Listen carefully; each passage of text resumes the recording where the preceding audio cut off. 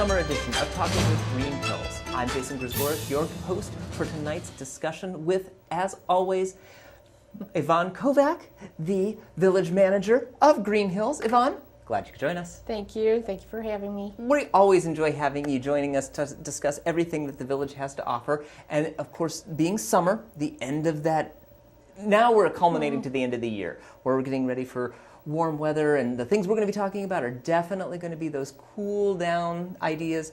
But to start out, we got to go with a little bit of sweat equity. Yeah. And we're going to be talking about some housing projects and some little improvements that are going on within the village.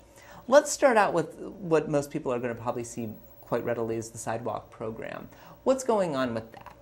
Okay, I think it's been a number of years since the village has gone out and marked sidewalks. The responsibility of the property owner. So we're going to be getting around to that starting this week, as a matter of fact. We're going to start in the older areas of the village, so like the A, B block, C, D, and just so on. What we'll do is mark any sidewalk that is a trip hazard, then notify the property owner that it's their responsibility. They'll have a couple of options. They can go ahead and fix it with their own contractor, or they can wait. Next spring, then we would do a bid for any remaining sidewalk blocks to have those fixed, and then they can either pay us directly or have it assessed to their taxes, whichever they prefer. So we're kind of excited to get that ball rolling. Sure. And going to start seeing it happen very soon. With you saying that obviously it's been taking a number of years that we've seen this happen, it's something that obviously the taxpayer needs to take care of. Is it something that you could see them jumping readily on and saying, yes, I want to take care of this? Or is it going to be one of those lingering projects? I have a feeling they'll jump on it. First, that's just the way our residents are. Sure. We have actually gotten a lot of calls over the years for like, when are we going to do this? We need to do it. But some of our thinking is money got pretty tight when the economy went so bad in, what was it, 2008? Oh, yeah. We then had to go with the garbage, passing that on to our residents. So again, we waited until that's behind us and not hit everybody up all at the same time. Oh, no. So we're going to go ahead and get started with it this year, just doing literally maybe like 100 addresses a year. Okay. So it'll take a while to complete, and probably by then we'll have to start it all over again, but it'll get the ball rolling. You made that very clear that, obviously there's going to be, since it's been a while, it's probably going to be a number of residents to look at. I mean, considering the village is as large as it is. We like to say it's small, but geographically it's pretty spread out, so to speak. You're looking at a start time of in a couple weeks. When do you expect at least some type of progression and or completion? I know that we are very fortunate with weather patterns the way they are. We may not be as lucky as we were last year with the warm winter that we had. You're right. Let's hope we are. But in case we're not, that's why we thought we'd give them some time during this year, and then into next year. I would imagine it would be sometime in June before we would tally up what hadn't been done and put that out to bid. So that gives them plenty of time in the spring as well if they're not able to address it this fall. Yeah, it sounds like it would be something that, especially now where we're headed, and again, with the weather patterns as they are, you never know what's going to hit us. And hopefully it will be smooth sailing for us this year, as it was similar to last year. I think getting a lot of projects that we did see get complete last year, I think the weather helped us out immensely. It did, yeah.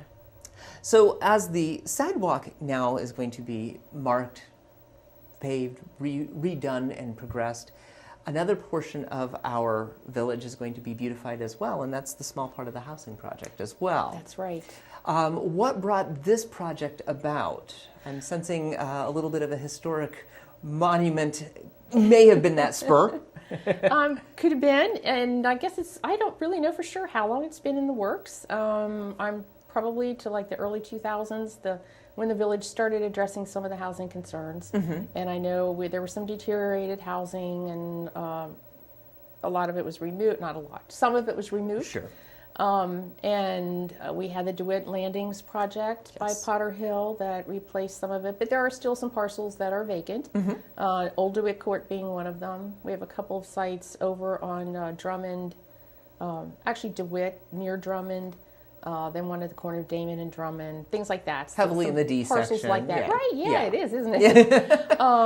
That it just seemed like the time was right. The economy's improving. There's more construction going on. So we were really excited, given our recent historic designation.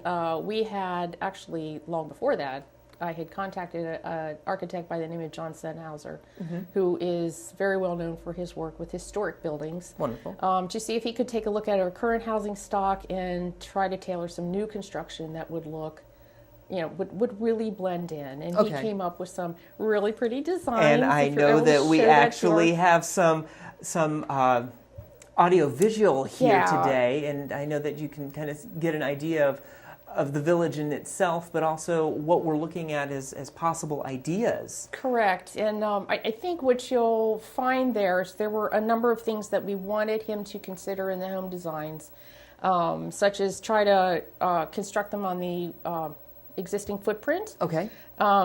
And take advantage of the current topography, which was a big deal when Greenhills was first developed, that they did that. Incorporate the flat roof, so the rooftops do look flat. People, as a rule, don't really care for that thought. However, these are actually slanted a little bit. They just give the appearance of being flat. And probably enough to help for the drainage and anything else. Yeah, so that's hopefully an improvement there. We have some unique corner windows in some of our buildings, so we've incorporated that feature as well. That staggered look of the buildings, which actually gives each entryway its own privacy, things like that. So he was able to incorporate that into these designs, and we would like to see that type of thing built on those vacant properties. Now we also have, if back on the graphic, if you're able to, because it's right in the center, is the existing complex of buildings at, people know them, our apartment buildings along Cromwell, right at the end of Damon. Then we have another building on Cromwell and a building on Chalmers. Those are the last of the buildings. We've sold quite a few over the past few years. So we have not sold these because of their conditions. They have some rotting and structural issues, obviously things like that. Not suitable for framing, so to speak. Yeah, again, I think the last thing we want is for somebody to buy them cheap, throw paint on them, carpet, and rent them, because that's done nothing to improve the health of the village or the current housing stock. So, and that's also not the style in which the village wants to perpetuate. Exactly. Either. No, it most certainly is not. So we're really excited about the new designs. We would like to, if need be, incorporate them. They are potential for development, although council has not made that decision just yet. Okay. I hope we're close to that. I'm following up on a couple of other leads before we actually make that determination. But it's a possibility, and if so, that's what we would like to have built there. So we have been working with the National Park Service, which I'm sure is a concern to people because we don't want to lose our designation. No. They have assured us that we are a far way away from that even being a consideration. And considering that you're planning on keeping that look and that style, I could assume that only almost helps, maybe not hinders your status. Because it does perpetuate some of those aspects that made us unique. So pretty excited about that and looking forward to that moving forward.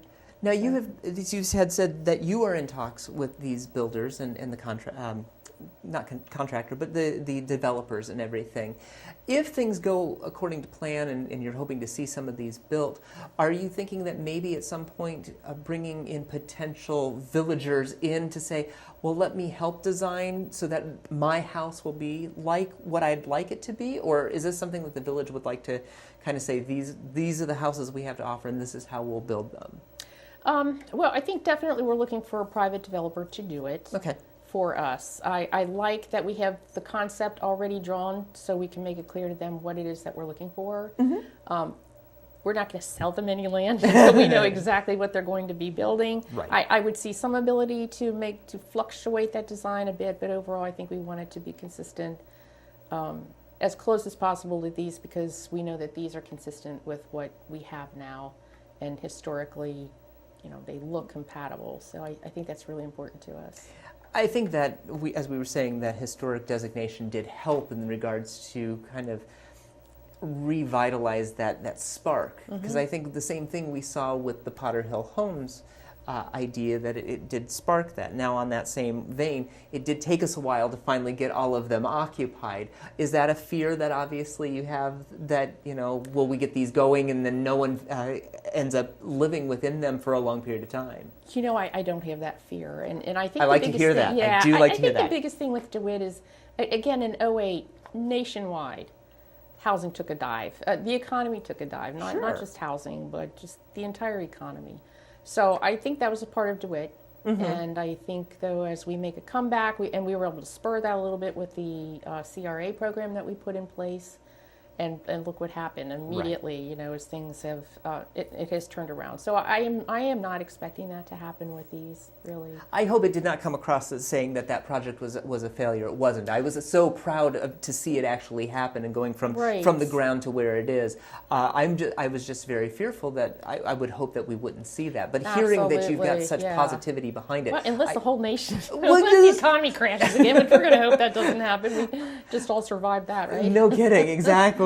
But it sounds like we're really on the right track to something new and exciting, which is nice to see coming within the village. And I think we're starting to see a lot of that change happen. And I don't want to always go back to the idea that it was that marker that made that change. We started to see changes happen prior to that. Obviously, with the repurchase of the shopping center with a new owner and changes going on there, and a lot of stirring going on in a good way. Now this type of project, and you're starting to hear a lot more of the villagers. Sounds like they're picketing, but they're not. I like to call them villagers. But everyone gathering together as their unit and saying, these are the things we want. Do you think partly that economic boost is a big jolt to that, but do you think that we're starting to see more of a turnaround, that everyone's starting to say, hey, my voice is important, let's make this village very much the home that it is?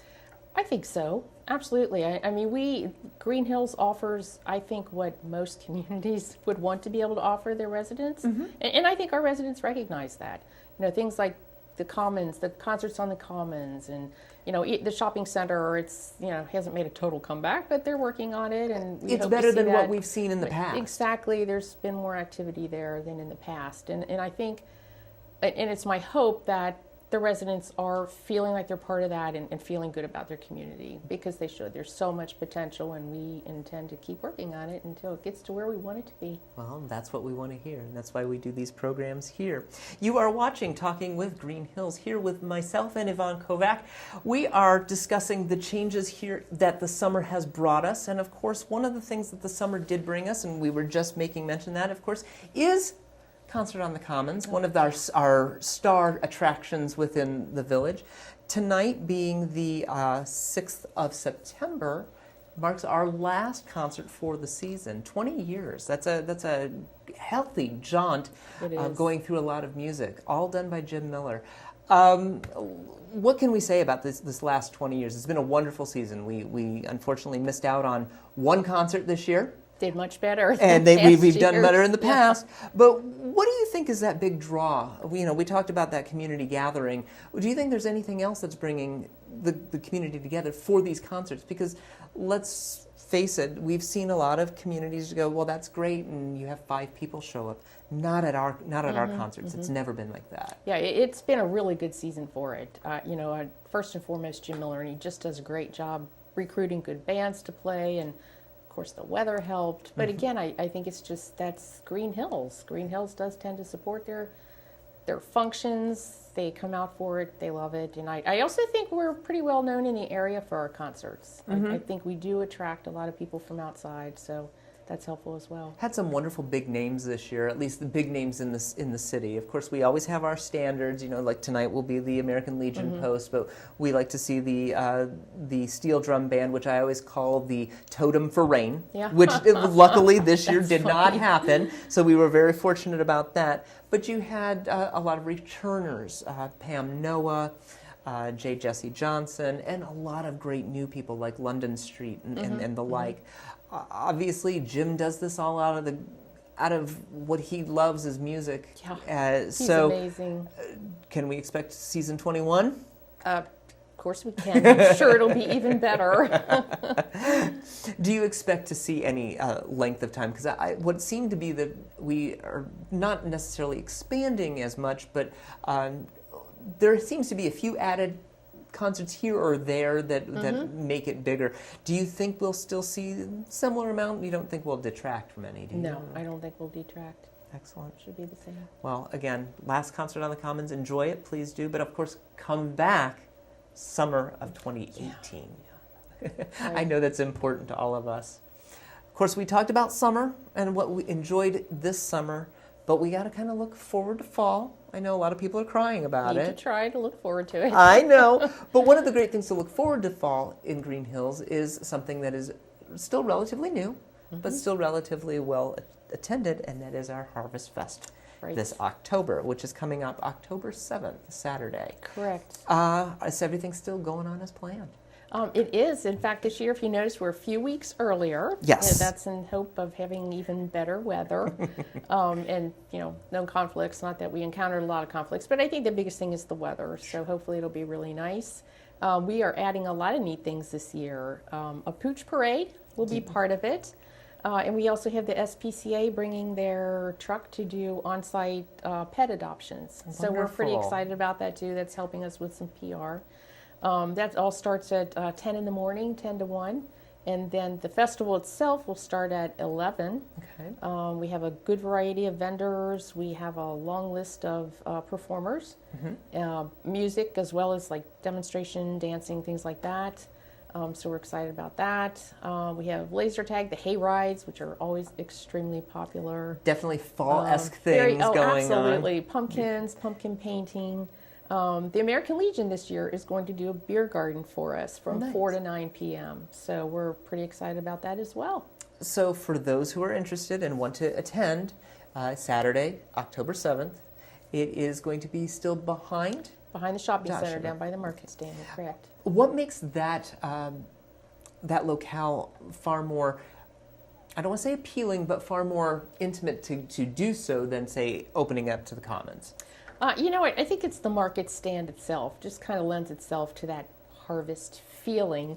I think it's also been helpful because the weather's been so iffy. It's on hard pavement, so you don't sink in. Right. And we have had some activities up at the Commons. We like that to attract people's attention to it, but we will have the hay rides going around the Commons. The Pooch Parade is supposed to take a walk around the Commons, so hopefully folks will realize something's going on and come on around behind. But yeah, I think the all of those, and then just the closeness of it. You know, you can see it and smell it and hear it, and it's just you just immediately feel a part of everything that's going on.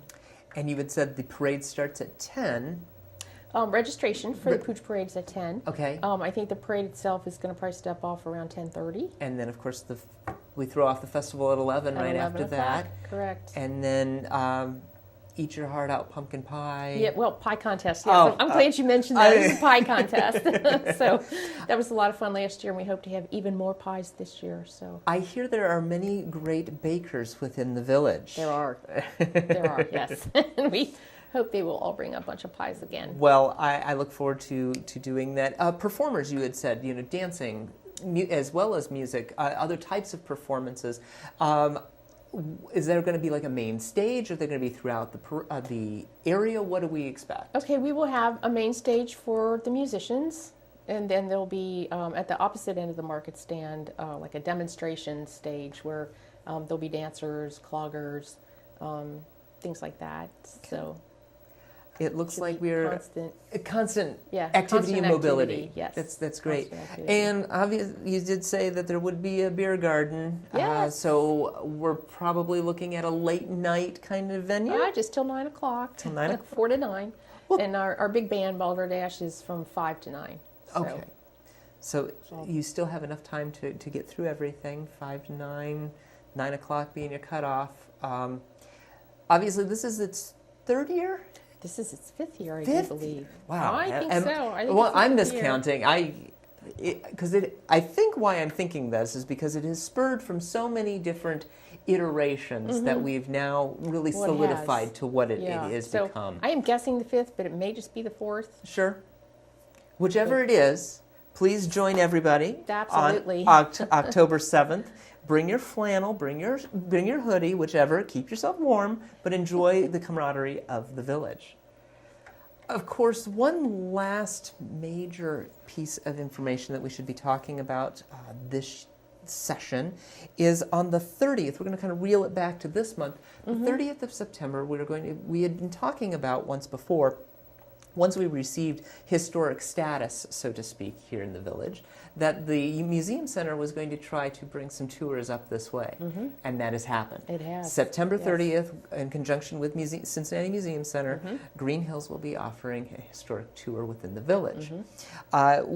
That begins at 2 p.m. 2, correct. And they need to register at the village, through the village or through the Cincinnati Museum Center? Through the Cincinnati Museum Center website, correct. And in doing so, do you know exactly what will be going on, or is that still in talks, or has the Museum Center decided how the tour would go? The Museum Center's actually been working with our Historic Society, and so they have plotted their course. And I know it goes through starts around the community center area and over to the A, B blocks, things like that. A lot of things are pointed out along the way. Okay. So you get a good overview of it, but I think those are the primary areas. Obviously, this is something that the village has kind of been looking forward to, especially the historic side of it. Only one has been mentioned, but do you foresee many more coming about? One tour set up one tour. right now. Okay. But do you expect others to I happen? would expect others next year, yes. Yes. Obviously, something like this is not easy to plan, so 2018 we could probably expect a little bit more breadth when it comes to these tours. I would think so, and I'm sure the whole community's flattered that the Museum Center is doing this for us, but it is indeed a huge honor to be a National Historic Landmark. Absolutely. And so I think they're doing their best to represent all of them that we do have in Hamilton County. And then I would envision eventually we would be doing tours as well. The Historic Society does have a walking tour and a brochure available for that if anyone's interested. But over time, we will definitely be building on this effort. Make sure everybody knows who we are and where we are. Oh, I hope so, because again, this is something that is very important to not only for the village as a whole, but as a historic mark in general for the United States and the state of Ohio. Absolutely. Well, Yvonne, it looks like we have made it to the bottom of our time. How do we do it? I don't know. It just magically occurs. But again, we will meet up again in the cold months of winter. Okay. But until then, Yvonne, I want to thank you for letting everyone know what's going on in the village, as always. My pleasure. Thank you. And we will talk to you again in the winter months. And of course, I want to thank all of you for joining us as well. You have been joining myself and Yvonne here on Talking with Greenhills, your one-stop shop to get all the information you need to know about the village you reside in. Thank you very much. Have a great evening. We'll see you next time.